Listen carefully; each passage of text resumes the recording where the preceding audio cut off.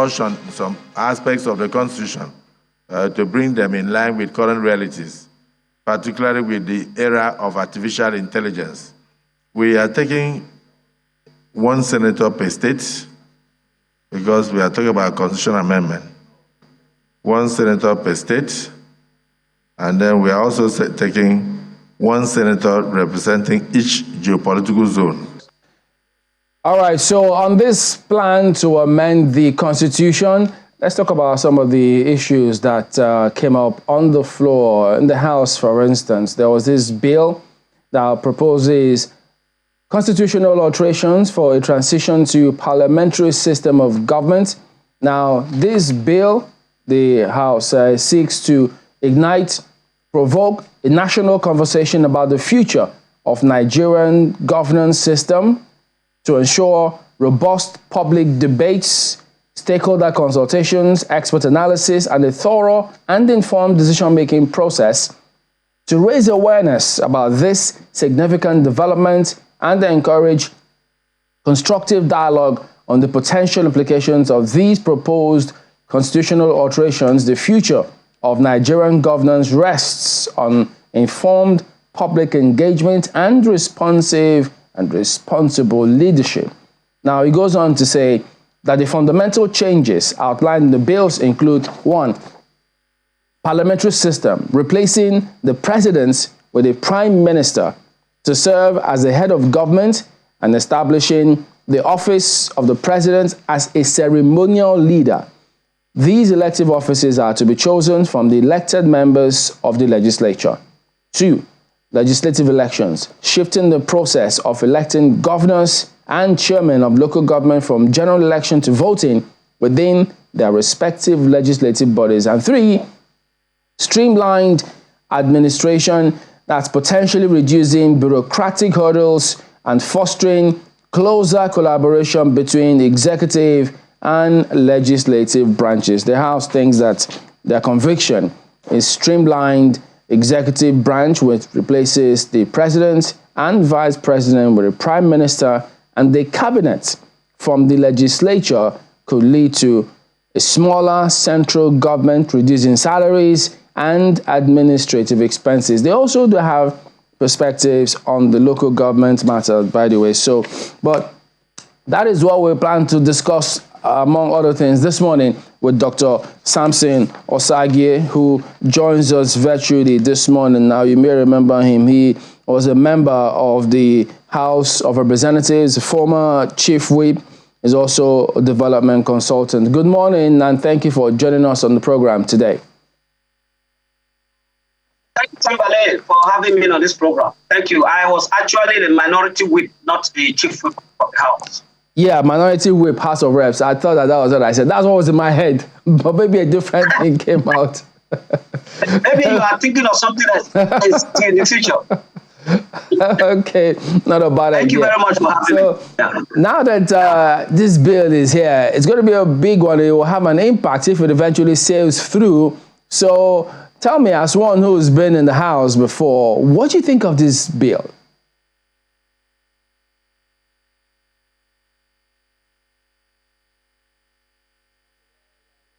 Okay, well, it was going to come back. It just froze for a bit. Dr. Samson, go ahead and talk to us what your perspective are about this bill, first and foremost. Yes, thank you so much. I think that the Nigerian state of just now requires both structural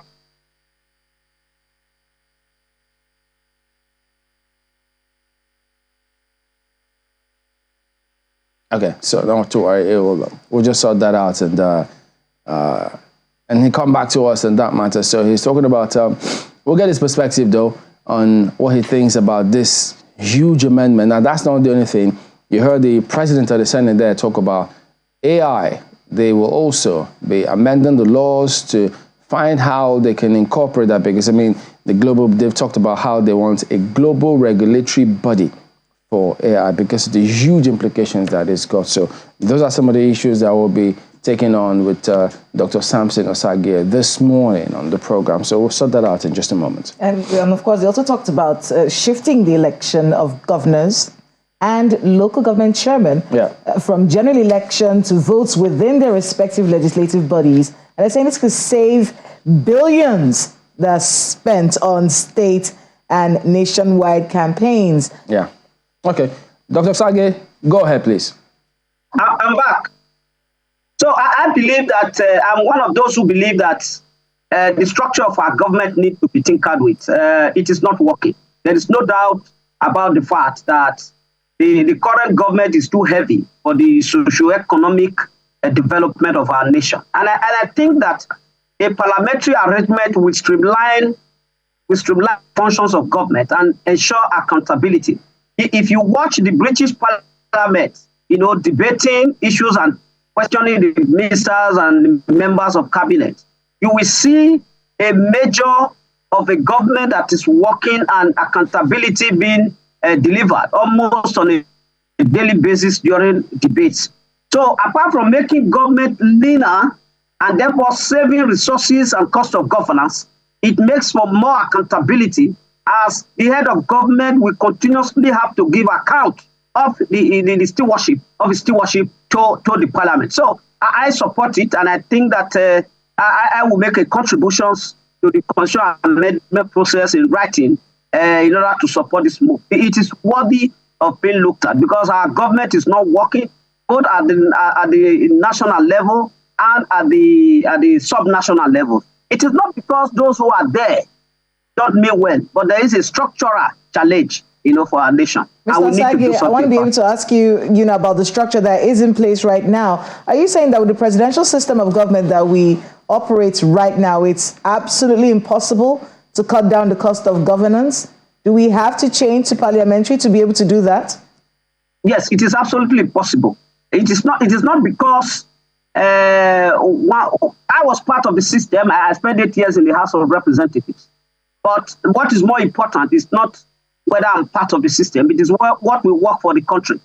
It is absolutely impossible because the legislative and executive relationship does not make so much for accountability in the running of government. What if we improve on those accountability mechanisms? What if we improve on that relationship? It is going to be pretty difficult because of the doctrine, the supposed doctrine of separation of powers, and then the way we play our politics. So the executive wields so much power under the Constitution that, except for major constitutional requirements, it doesn't need the parliament. And most time, even when it needs the parliament, it had its way because the legislature is rather heavy, the executive powers are rather too unworthy for the legislature to be able to cope, and bring to accountability. So I believe that in the interest of the nation, we need to look back at that parliamentary system of government. We didn't quite practice it, for a long time to see whether it will work for us. We were just in a hurry to copy America soon after we left independence. And when the military came into governance, we were now in a hurry to re-democratize and copy the American version of the system of governance. We didn't quite practice parliamentary system to see whether it will be good for us in the long run. But experience have not shown that in the last over 24 years of continuous democratic government or civil government under presidential system of government, it has been challenges all the way, with increasing cost of governance, and it does not to be reduced by the very nature of a presidential system of government. Dr. Osagie, just playing that back, just theorizing sometimes too, the way this may likely play out. Yes, we had it in the First Republic, 6 years, very insignificant. But just as you also referenced, after that we transited to presidential system. So I'm just wondering now how that will be if all the presidents we've had in the presidential system, they've got to go to the floor and then debate and defend their issues. The parliament, who sometimes may heckle them, depending on if they've got the capacity to withstand that and deliver on that, as it were. So in terms of impact on governance, what do you actually see changing? How will it impact governance at the end of the day? Well, to start with, I believe that those who will be in the parliament will carry the huge burden of their various constituents to come to Parliament. Some of them, by constitutional arrangement, will become members of the executive by appointment, and that is the nature of parliamentary system of government. And what that means is that you are now going to find those who make law. Some of them are those who also implement the law. Because if you see on the floor of the Parliament, various motions that are coming from the various representatives of the Parliament, various constituencies, asking government to do one thing or the other, some of which are not within the ambit of the budget. Those are the feelings and the wishes of the people that never get to see the light of the day. In a presidential democracy such as the one we practice, the government or the executive hardly implement any resolution of the Parliament. So if we have a parliamentary system of government, such things will be adequately catered for, because the Prime Minister and his cabinet are members of the same Parliament. And it will be easy to take the feelings and the wishes of the constituents through their representative in the Parliament, into account in terms of execution. In other words, we are going to have more of execution of parliamentary decisions which emanates from the representatives of the people across the country, much more making impact on the various constituents than we have under presidential system. Under the system, people can make their noise, they can smooth their motion, whatever they like. It never sees the light of the day. Nothing comes out of it. And it continuously, underdevelop the various constituencies across the country.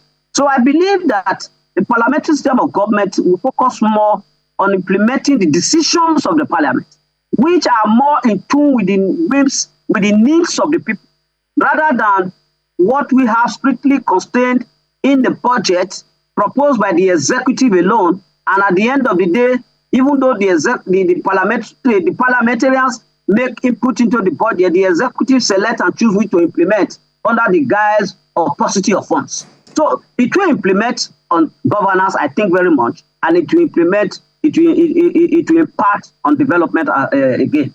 Mr. Osagie, I want to be able to, get you to talk about specifics. So everything I've heard you say and everything that we've heard from this story is about reducing the cost of governance. Can you give us an estimate of how much you think a parliamentary system would help reduce in the cost of governance? And we're seeing that we're looking at 2031. And also, how do you sell this to the Nigerian people and to politicians? How do you get them to get on board and give you the support that you and many other people who are proposing for this need to get this done? Well, to start with, it's a conversation that is ongoing. It doesn't mean that it will be achieved now. But we have got to start the conversation, because the whole essence of democracy is for the people to be able to engage, government and all stakeholders. Now, I give you practical examples. If the president were to be the prime minister and a member of parliament, and with a president, you have a president, you have a prime minister, so you have in certain organizations. Now, it will be easier for the prime minister to carry the wishes of the parliament, which will form the budget, because the budget system under a parliamentary system of government is different from the budget system under a presidential system of government, where the constitution has said the president shall prepare the budget and lay. In a parliamentary system of government, it is the parliament made up of the prime minister himself and his cabinet that prepares the budget, and they discuss the nitty-gritty of what the nation needs into the budget. So at that stage, all the things that are taken into account, are implementable, because those who are to implement it are part of the process of the preparation and, of course, consideration in the parliament. So, all right, so just I think that it is possible. Pardon me, Dr. Osagie, just to let some of our viewers know that there's a press conference by the former presidential candidate of Labour Party, which is ongoing right now. So, Dr. Osagie, now we know that more people, so we limited what we had to just radio. This particular proposal, this bill, as it were. But do you really see this passing? What challenges do you see this facing if it does? I mean, when it gets to the floor. Changes are always difficult to achieve. Definitely one must expect that it do not receive immediate blessings. But the nature of presidential, nature of democracy is that if it fails now, it does not stop it from coming up, because the factors that are necessitating the rethinking of our structure of government right now may continue to be there. So unless those factors are no longer there, then we can be talking. For example, the issue of local government autonomy has been a recurring decimal in our constitutional amendment process. And the National Assembly has always proposed, and even the presidency have always proposed, for the local government system to work. But they are not working right now because those who are leading the subnational government do not want that level of government to operate optimally, albeit for selfish reasons. So it will be an ongoing conversation. It doesn't succeed now. It does not stop the conversation from continuing, and it does not stop Nigerians and parliamentarians who believe that a rethinking about the structure of our government, is something that is worthwhile.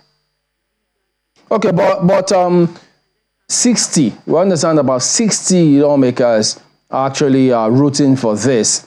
So probably if they were to stop at that, we know that that won't definitely fly. But I guess they'll have to involve themselves in a lot more lobbying their members to ensure that this one, this time flies. But one wonders, do you see this affecting the quality of the people who come on board, who will become parliamentarians, who will be elected?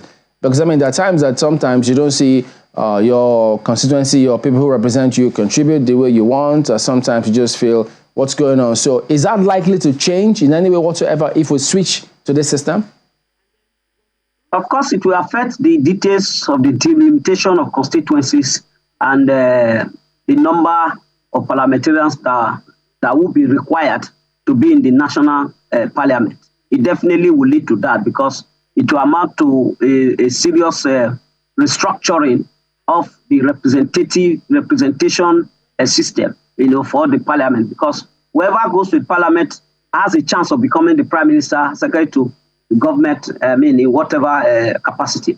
So it definitely will. But let me also say this, that we must see this approach as an idea that is now being generated by 60 members. It does not mean that that will give the nod to it, because it has the House of Rep to contend with, it has the House of Senate to contend with, it has the presidency that is actually the head of government, to contend with. So it must be a conversation that must include all. It's a constitutional amendment thing. It cannot be done by just 60 members. The House of Representatives, the governors of the state, must be stakeholders that must contribute to it. The judiciary also has a role to play in all of this. So just see it as an idea that has just been generated that will continue. The conversation about it will continue, not necessarily whether it succeeds at this point.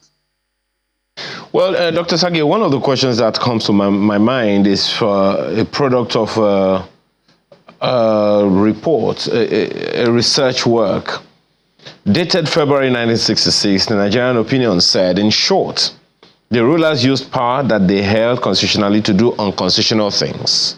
In the process, they destroyed themselves. Nigeria had censuses that were not censuses, elections that were not elections, and finally, governments that were not governments. This is from February 1966. What's to say that that will not happen again if we return to a parliamentary government?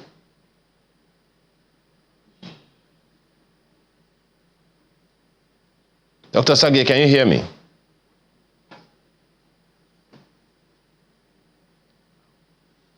All right, well, I guess we'll have to get that conversation back, because it's one of the questions a number of people will want to ask, because we have used that system of government before.